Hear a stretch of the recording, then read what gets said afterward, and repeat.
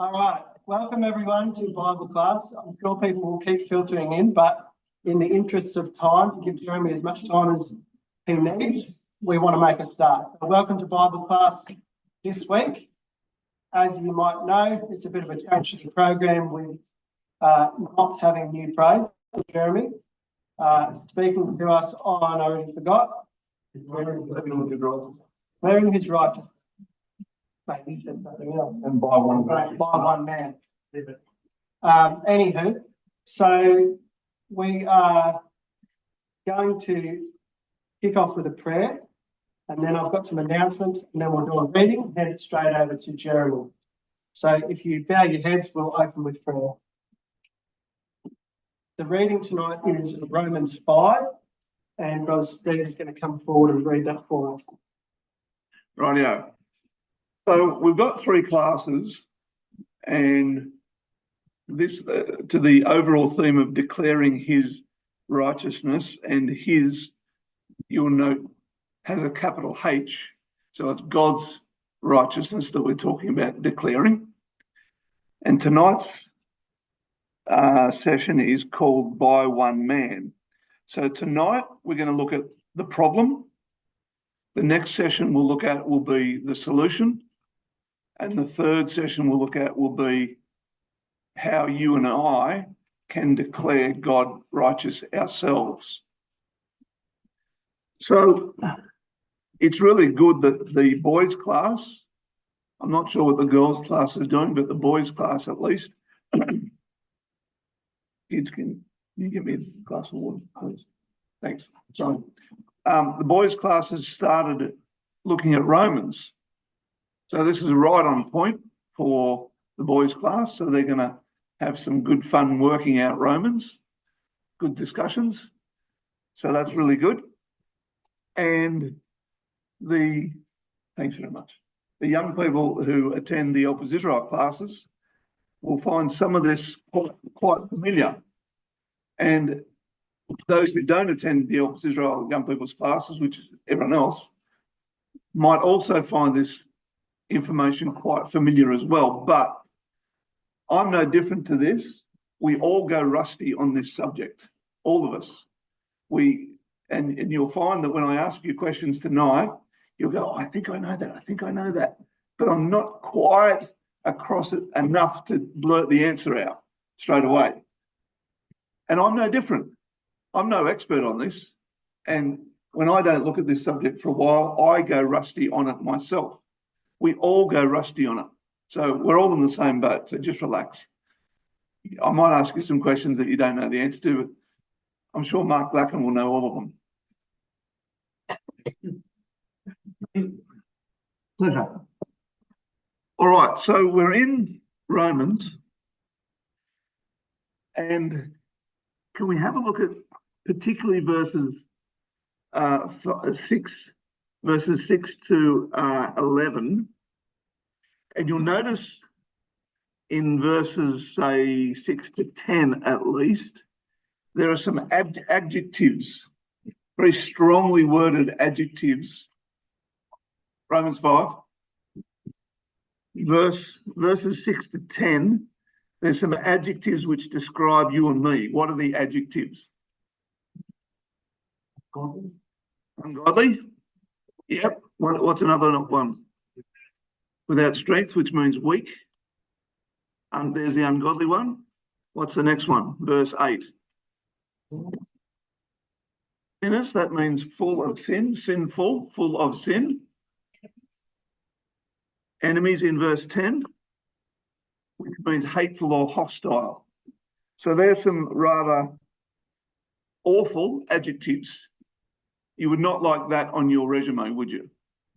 He's a good worker, but he's weak, he's ungodly, he's a sinner, and he's hostile.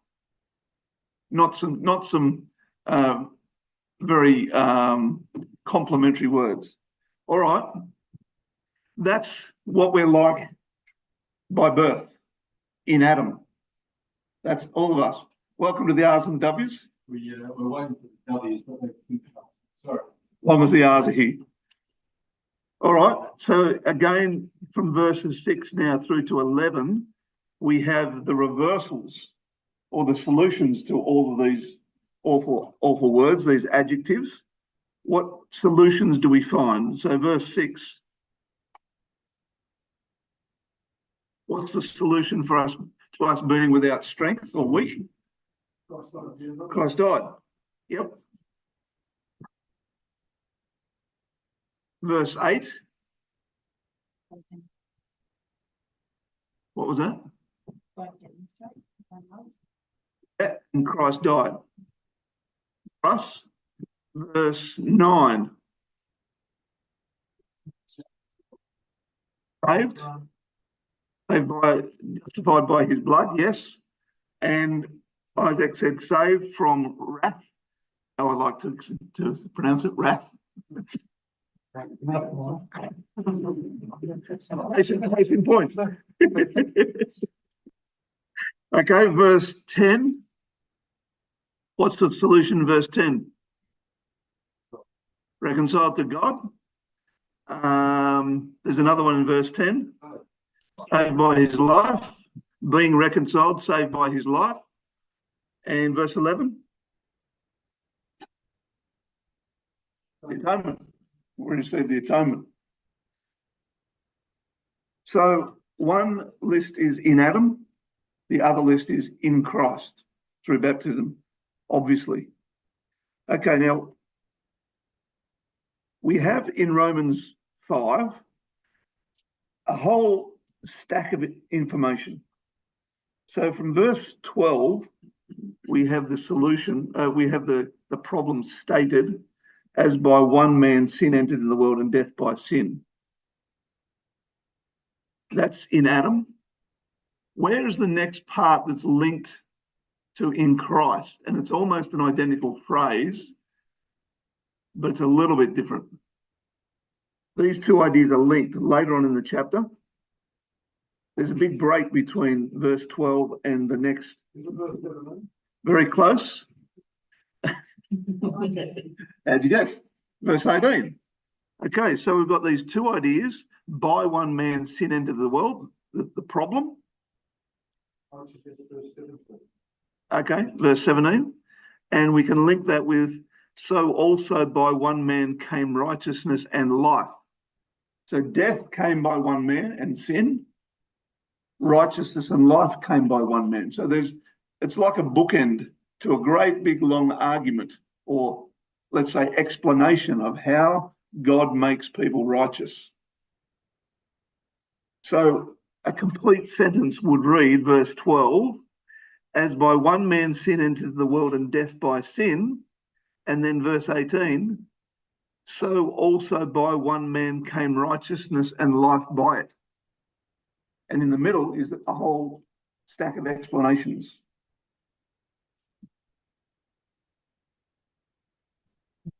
Okay, so back to Romans 5, verse 12. Can someone read that verse out for me? Phil, you're the first off the rank. Just by one man sin entered into the world, and death by sin, and so death passed by all men, for that all have sinned. Okay, so we've got Romans 5, verse 12, and what was it? What does Romans 5, verse 12 say that was inherited from Adam?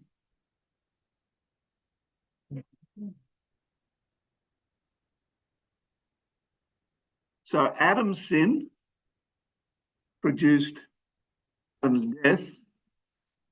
And what was inherited, Phil?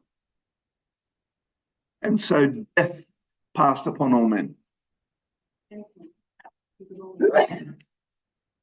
Okay.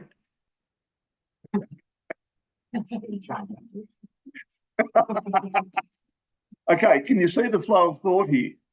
As by one man's sin entered into the world, that's the first word, and that led to, and death by sin. So what was passed on to all men? It says, and so death was passed to all men. So that all have sinned, for that all have sinned. So it goes sin, death, death, sin. Adam's sin resulted in Adam's death. which resulted in death being transferred or inherited by Adam's children, which led to their sin. So we don't inherit Adam's sin, do we? We do inherit Adam's death, mortality. Now, John Carter says this: his children, Adam's children, inherit mortality and also a tendency to sin, so inevitable in its sin-producing power that Paul can say, through Adam's sin, all sinned, and therefore all die through him, which is really explanatory of all the ugly side of human nature. So that in this death is this tendency to sin so powerful that it's inevitable that all people sin.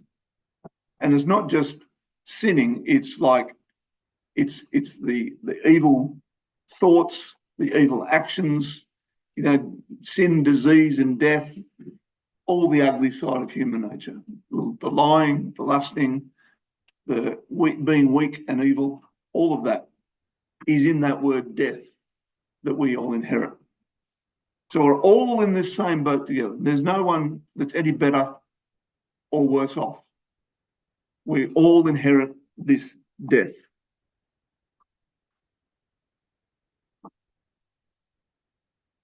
Okay. This is talking about, so Romans 5 verse 12, wherefore as by one man's sin entered into the world. What was it a sin against? God? Yeah, God. What more specifically? What did that one man sin against? God's will. God's will, which was, specifically, what was God's will that he broke? So there was a law. This is 2 verse 16, is the law. And Yahweh Elohim commanded the man, saying, of every tree of the garden thou mayest freely eat, but of the tree of the knowledge of good and evil thou shalt not eat of it, for in the day that thou eatest thereof thou shalt surely die. That was the law that Adam sinned against. He broke that law. Eve did too, but it's interesting that it's deemed to be by one man, not by one man and woman, not by one woman, by one man. Adam is held responsible for the sin. And note one thing in passing, that the penalty is dying, which means they can't be already dying. So they inherited this death. They got this death in their body after they sinned.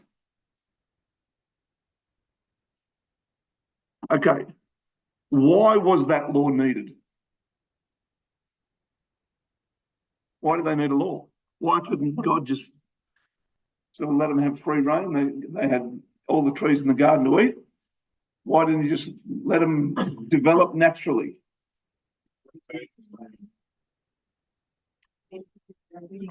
He needed to test their obedience. What did you say, Isaac? They were made very good. I said what he made was very good, and he didn't want that to generate. Okay. Yeah. So they could demonstrate that. Very good. So, is Israel? Brother Thomas. Yeah.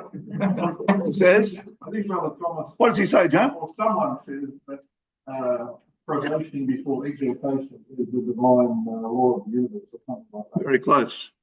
So, just before he says that, he says this: an untried faith is a dead faith, being alone. So we know that phrase as faith without works is dead, from James chapter 1 or 2.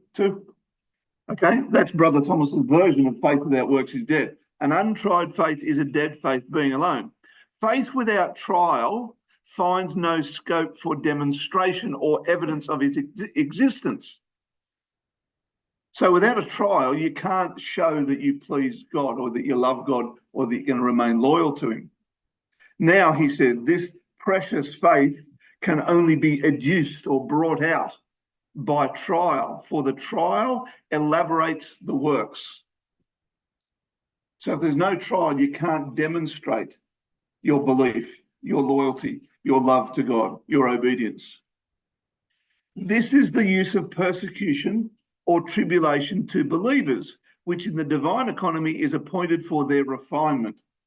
So we might think from time to time that our life is too hard, too many sufferings, too many trials, too many disappointments, too many of everything. But God's perspective of it is, it's for our benefit to get us to be like him more. Okay, now Brother Thomas says, not to believe the promises of God is in effect to call God a liar. God is pleased with this faith that believes, of course, because it honours him. It is a working faith. There is life in it, and its exercise proves that the believer loves him. This is why a law was necessary. And these are the old Help Us Israel page numbers, by the way, 75 and 76.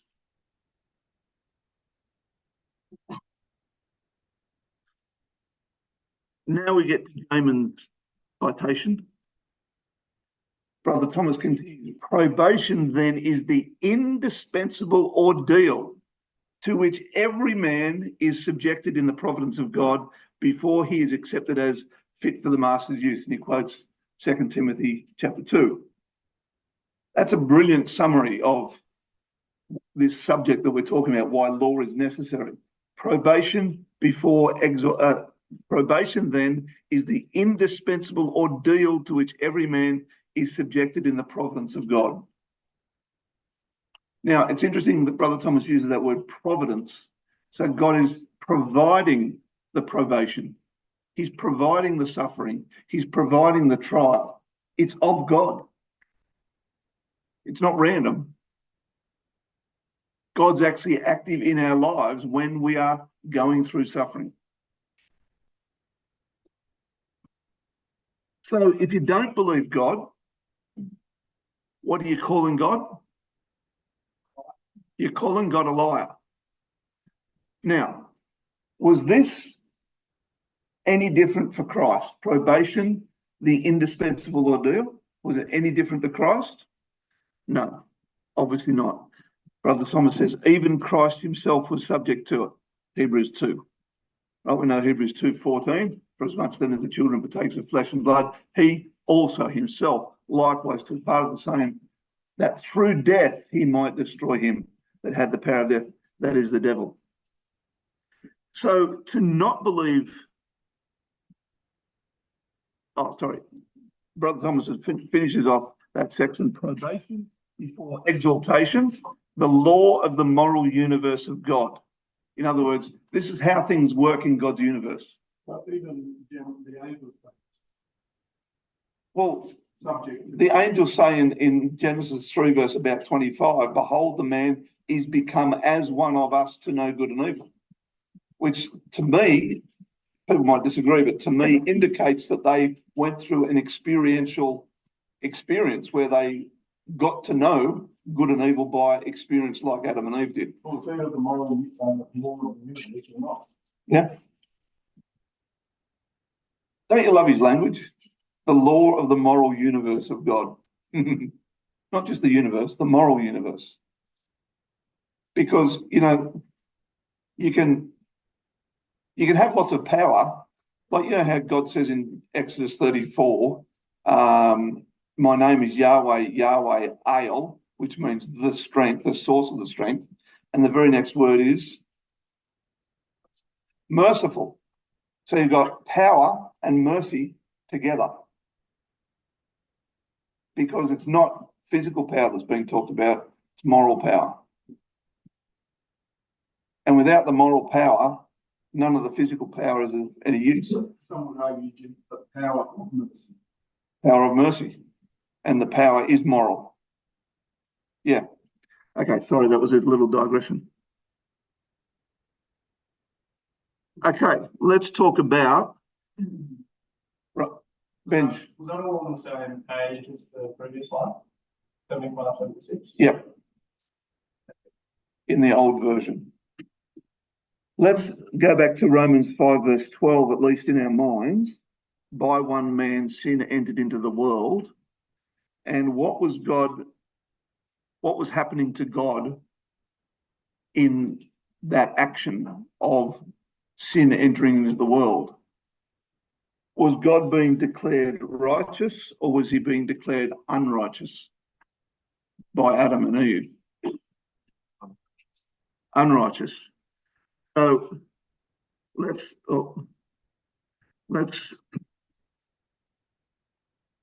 look at declaring God to be unrighteous. Is to call God a liar, is to say God is not righteous. God is not a supreme king that deserves to be obeyed. God doesn't mean what he says. God doesn't have the power of life and death. We won't suffer the consequences. No one will find out. We do not deserve to die because of sin. God will not do as he promised. No one will be affected. Now, they're pretty serious accusations, aren't they? And you might recoil at that, saying, oh, did Adam really say all that? Do we really say all that? We might not say the whole list. We might say some of them, and there might be others that we say. When I say the word say, it's in inverted commas. We demonstrate by our actions some or all or more of those things. And God is a supreme king. And when we declare him unrighteous, it's as if we jump up into the throne room in heaven and push God off his throne and say, you're not doing a good enough job, God. And you jump on the throne yourself and you say, I think I can do a better job here. Now that is an affront to God, isn't it? God can't tolerate that. Now you imagine if your own children or your own friends did that sort of thing to you, how you would feel. And how does God feel when we say and do those sorts of things? Do we do this? Or is it taking a little bit too far? That's sin, isn't it? All of that. By one man, sin entered into the world.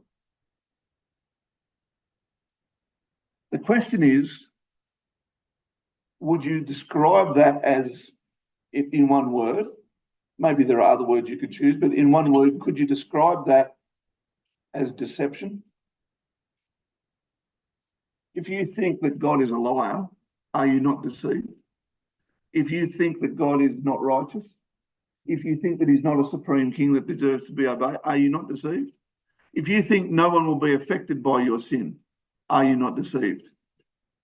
It's yes to all of them. It's every one of them you could answer yes, deception is involved. So just tuck that in the back of your mind for now. We'll come back to that. So, are you saying when we sin, we necessarily agree or say one or more of those? Yeah. And you're also saying, Yeah.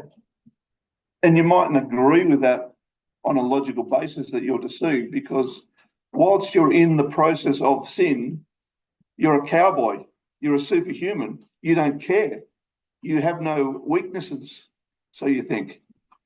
But on the other side of the sin, sinners are inevitable cowards, like Adam and Eve. Where are you, Adam? Oh, we're hiding. Right? They weren't gung-ho after the sin. They're all gung-ho before this, and so are we. Before the sin, we're all gung-ho. We think all these things, but after the sin, we don't think any of those things. Well, hopefully we don't. So how does the Apostle Paul in Romans 8 describe that? What's on the screen? What does he call it? Very close, yes? Carnal mind, right? Romans 8. This is my Bible. Very messy. Verse 7. Paul, can you read that verse, please? You can read off the screen if you want. Carnal mind is enmity against God. It's not subject to the law of God, nor indeed can be. So you'll notice in my Bible, because I've got a King James, There's a little number 8 there. And there's a little number 8 in the margin, which says the minding of the flesh. We could use the word thinking, the thinking of the flesh. Right? We use this expression in everyday language. Do you mind? And we mean by that, why didn't you think about this? Or why didn't you think about me before you pushed in? Do you mind? Right? That's minding. This is the minding or the thinking of the flesh. Now, when the flesh starts thinking, what's going to be the result? It's not going to end well, is it? God's left out, which is the carnal mind. The carnal mind is enmity against God, for it is not subject to the law of God, neither indeed can be, because it's an animal mind, the carnal mind. Okay, let's come back to Genesis 3, verse 6.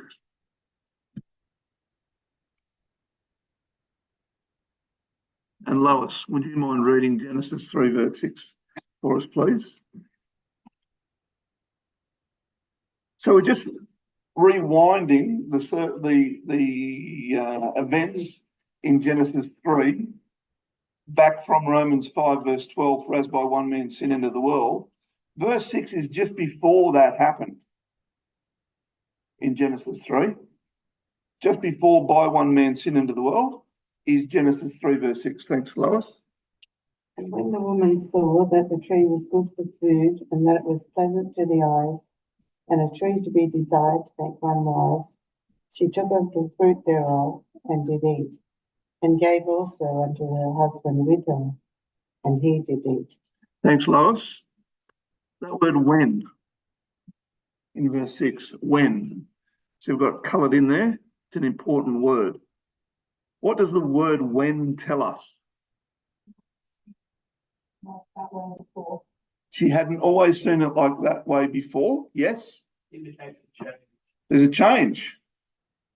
Yes. So she hadn't always seen it before in this, the fruit before in this light, and there's a change. What else does it tell us? So that's what Benji said, there was a change. He's obviously read this PowerPoint presentation before. There was a change Unwillingly. in the current circumstances. Yikes. This is what else it tells us. Between verse 5 and verse 6, something has happened.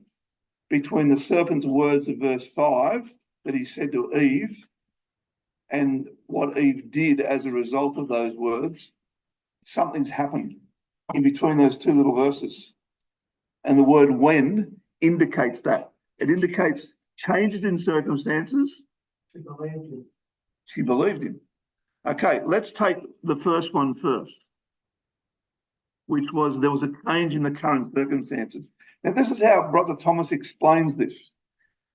As the Mosaic narrative, that's Genesis, gives an account of things natural upon which things spiritual were afterwards to be established in word and substance, the key to his testimony is found in what actually exists.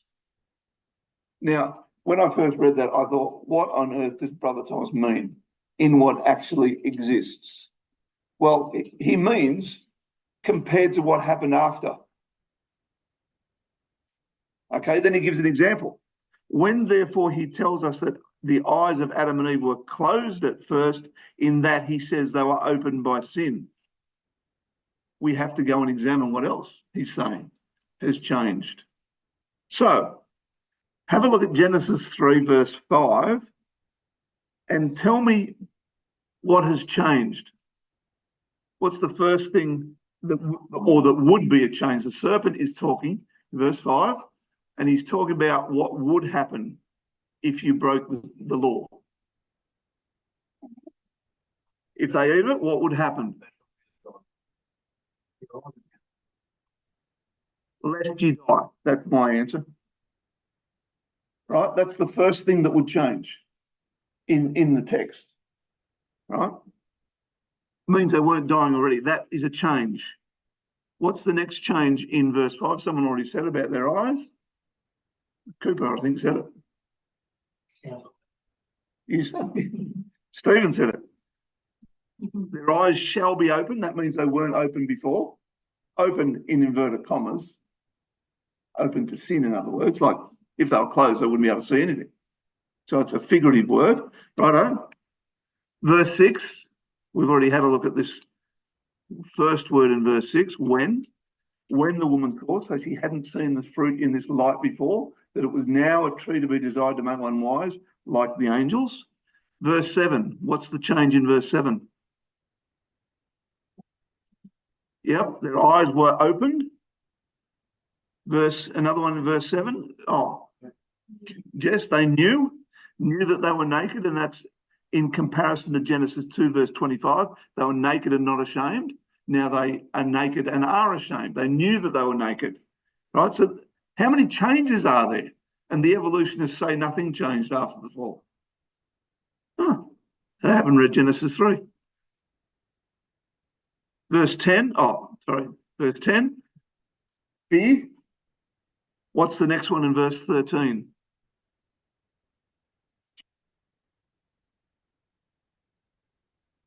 Haven't beguiled me. Another one in verse 15. Gideon said it before. Enmity. What does enmity mean? A fight to the death. There would be winners and losers in this battle. Verse 16. What's the change there? Yes. Multiply the sorrow and conception. Verse 17. What's the change in verse 17? Cursed is the ground. Also, in sorrow shalt thou eat of it. Verse 19. What's the change there? Thorns and thistles. And finally, return to the ground from whence they were taken. And unto dust shalt thou return. Could also add to verse 10, shame and the desire to hide. Absolutely. Yeah. So there's change after change after change. Now, Brother Thomas said the key lies in what actually exists. The key to Moses' narrative lies in what actually exists compared to what existed after the sin. So there's a list of most of the things, maybe, that changed after the sin. Benj? Uncle Jim, when you say that Leslie dies the first thing that happened, is it necessary for that to be the first, or could perhaps Leslie die and eyes shall be open happen? Yeah, I'm just saying in order of the text, Right. how it appears in the text. But is it possible that in terms of it playing out, those two things happen at the same time? Their eyes open and then they die at the same time? Yeah, these all happen like so lightning quick. It's not funny. And once started, can't be stopped. All right, very good. Okay, so they were all the changes in circumstances, or at least some of them. Oh, wrong button. And they were sent forth from the garden. There's all the changes. That was point one, right? And when the woman saw, that was point one, the things that changed. There was a change in circumstance and lots and lots of changes. But it's hard to miss the changes. The evolutionists miss all of them. The theistic evolutionists, I mean, miss all of those changes.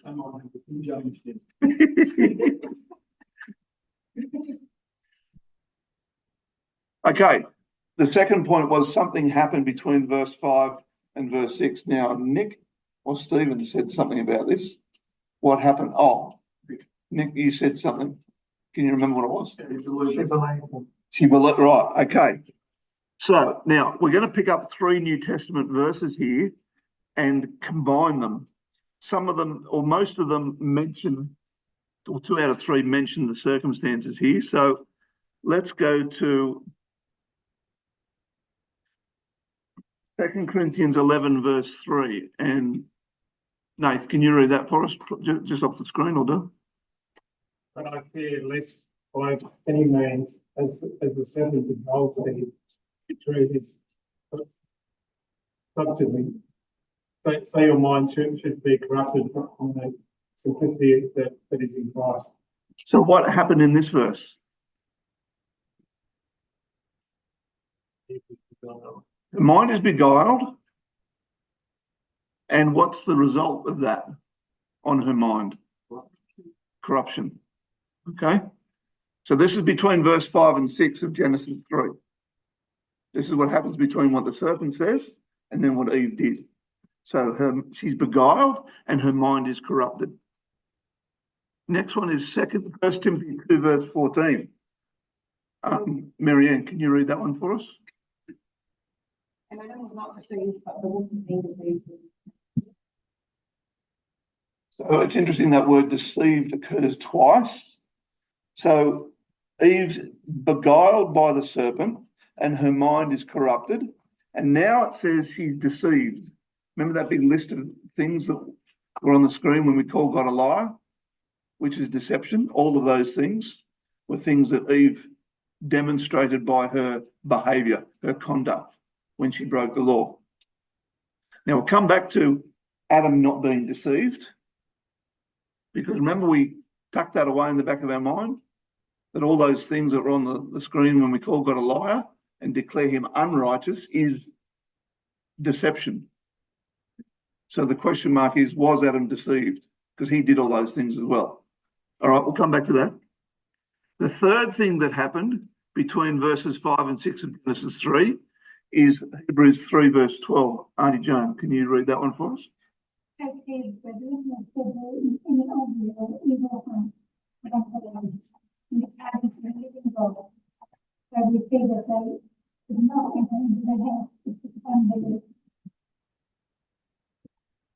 she's beguiled.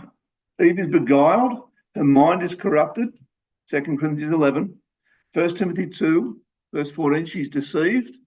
And she ends up, Hebrews 3 verse 12, with an evil heart of unbelief because she believed the serpent over God. That all happened between verse 5 and 6 of Genesis 3. This is before she's picking it up. Before she's even done anything. It's just happened all in her mind. She's disbelieved God and called God a liar and ends up with an evil heart of unbelief. The thing, Jim, what was probably the very first time that a human fought for themselves as well. Because before that, they were told everything to do. Yeah. But then this external entity, so to speak, Yeah. comes in and goes, and they're stuck. Eyes are open. Yeah. So the law was there for Eve to prove that she loved God, and she would have made a quantum leap forward in her faith and belief and love of God if she had obeyed. But no, she didn't. She went the opposite way because she expressed her own free will, not God's will. Yeah. Just for Hebrews 3, the writer of the Hebrews, verse 8, he says, harden not your hearts. In fact, her heart was hardened. Yeah. Referring to the fall. And the other thing is as well, if I can find it,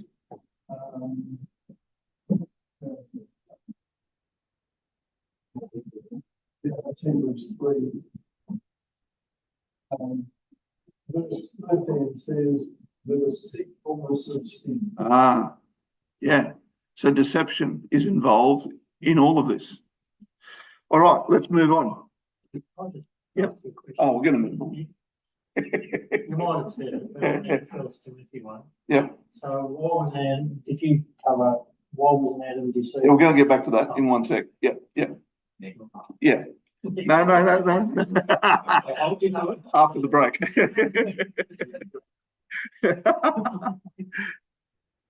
So this describes the pathway of decline in Eve's mental and moral and spiritual condition, doesn't it?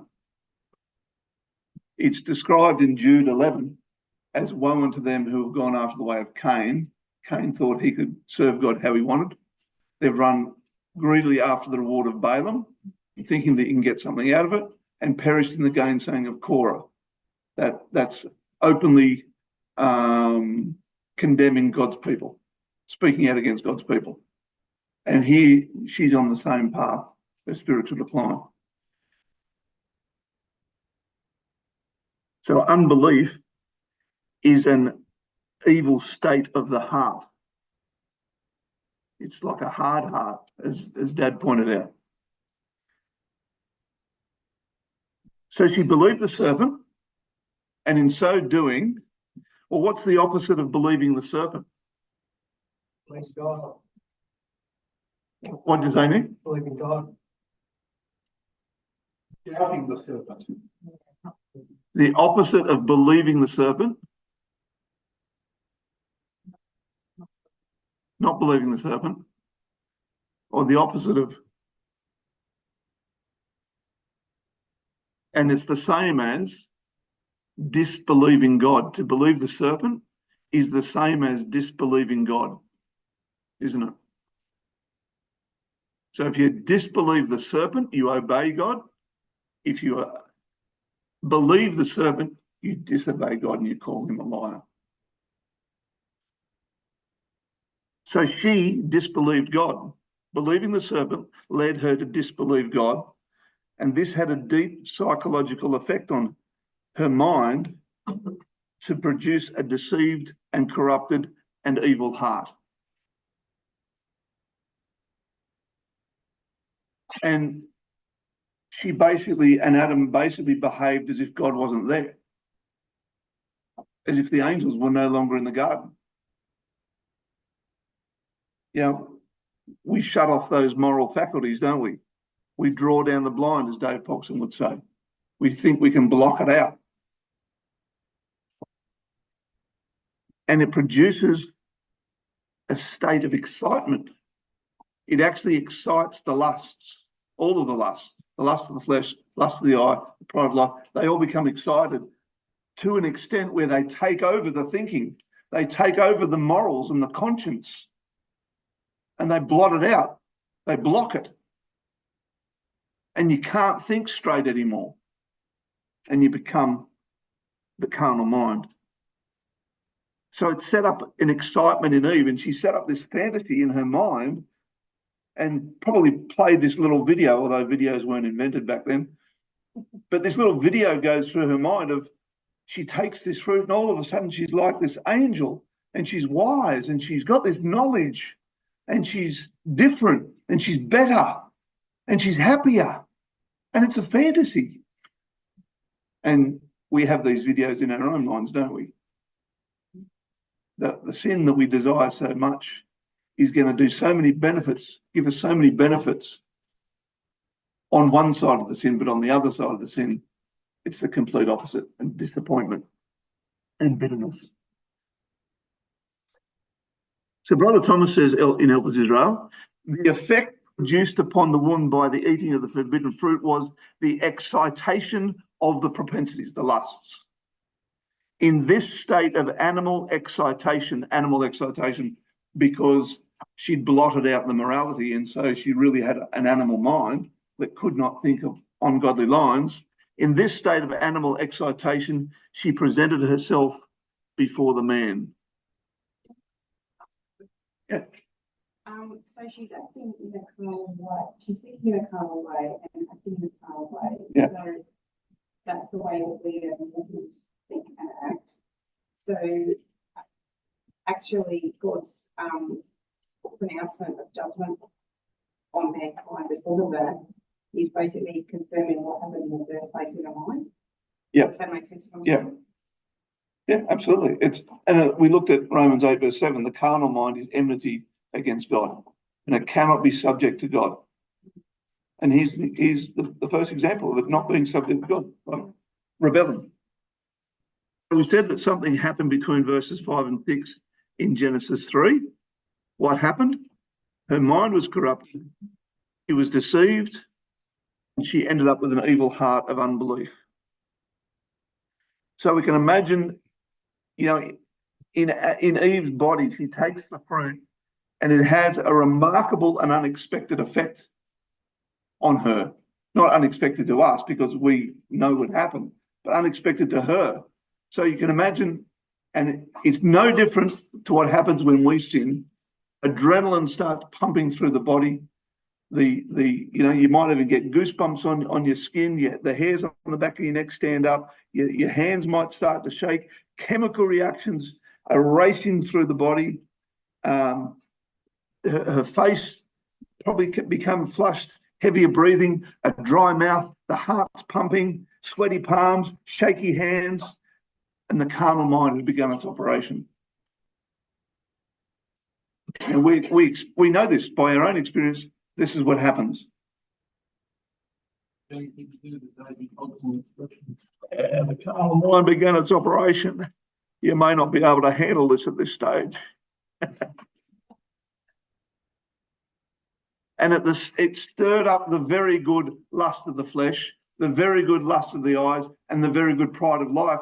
And it became inflamed and took over her whole thinking and every action that she did from then on. Yes. Yeah. Because it happens so fast. All of this happens in an instant with us. And we've sinned before we even know it. And we might never know it after we've sinned. And it might take someone a week later to come and say, you know, when you said that, this person, oh. Yeah. Because we're deceived. Brother Dave Pogson calls it the psychology of unbelief. I love that expression. Yeah, that's the psychology of unbelief, he says. So what's controlling Eve's mind now? Not the morals, the lusts. The lusts are totally in control, out of control. And Eve would think to herself, there's nothing wrong with me. I'm feeling much better now. I'm feeling better than I did before. I'm alive. I'm surging. I'm pumping with adrenaline and chemical reactions, and I feel like I'm an angel now. And she goes and talks to Adam. The lust is so strong.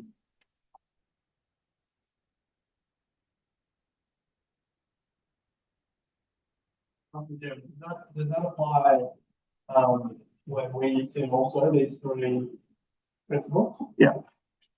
And so that means it's like a pattern that develops from that point.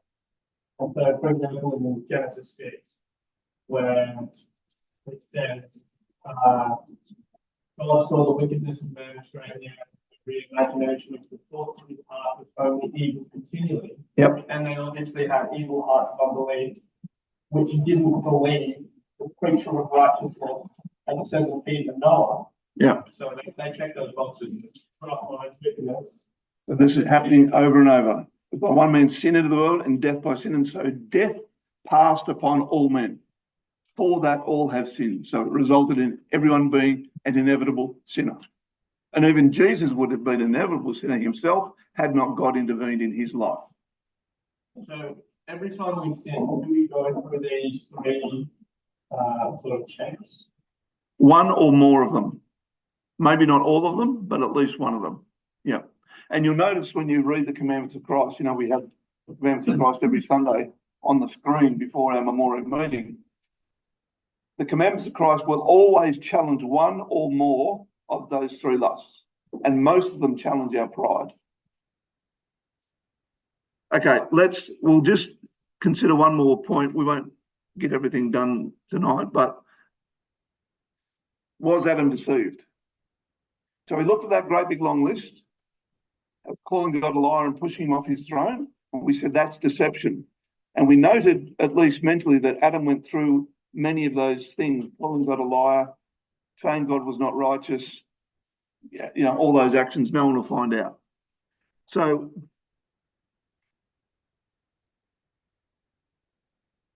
where am I in my notes? So Genesis 3 verse 17 says that because thou hast hearkened to the voice of thy wife. So Adam didn't listen to the serpent, but he did listen to Eve. He wasn't deceived by the serpent, but he did listen to Eve. It's getting there. Genesis 3:13, the woman said, the serpent beguiled me and I did eat. That's how she was deceived. And the man said, the woman thou gavest to be with me, she gave me of the tree and I did eat.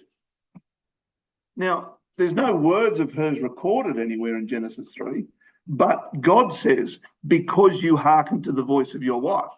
So she did talk. She presented herself in that state of animal excitation, as Brother Thomas says, and she did a lot of talking. She wasn't ashamed yet.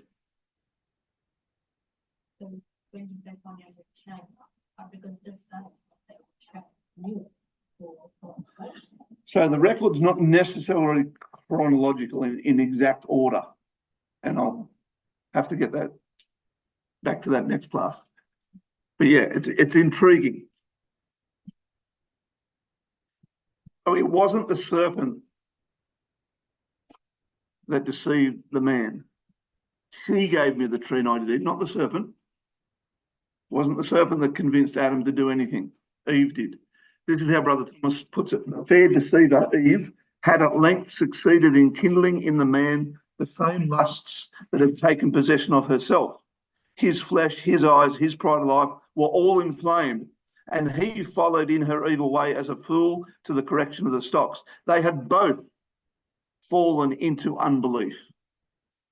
They did not believe God would do what he had promised. This was a fatal mistake. I love his language. So they're both unbelievers.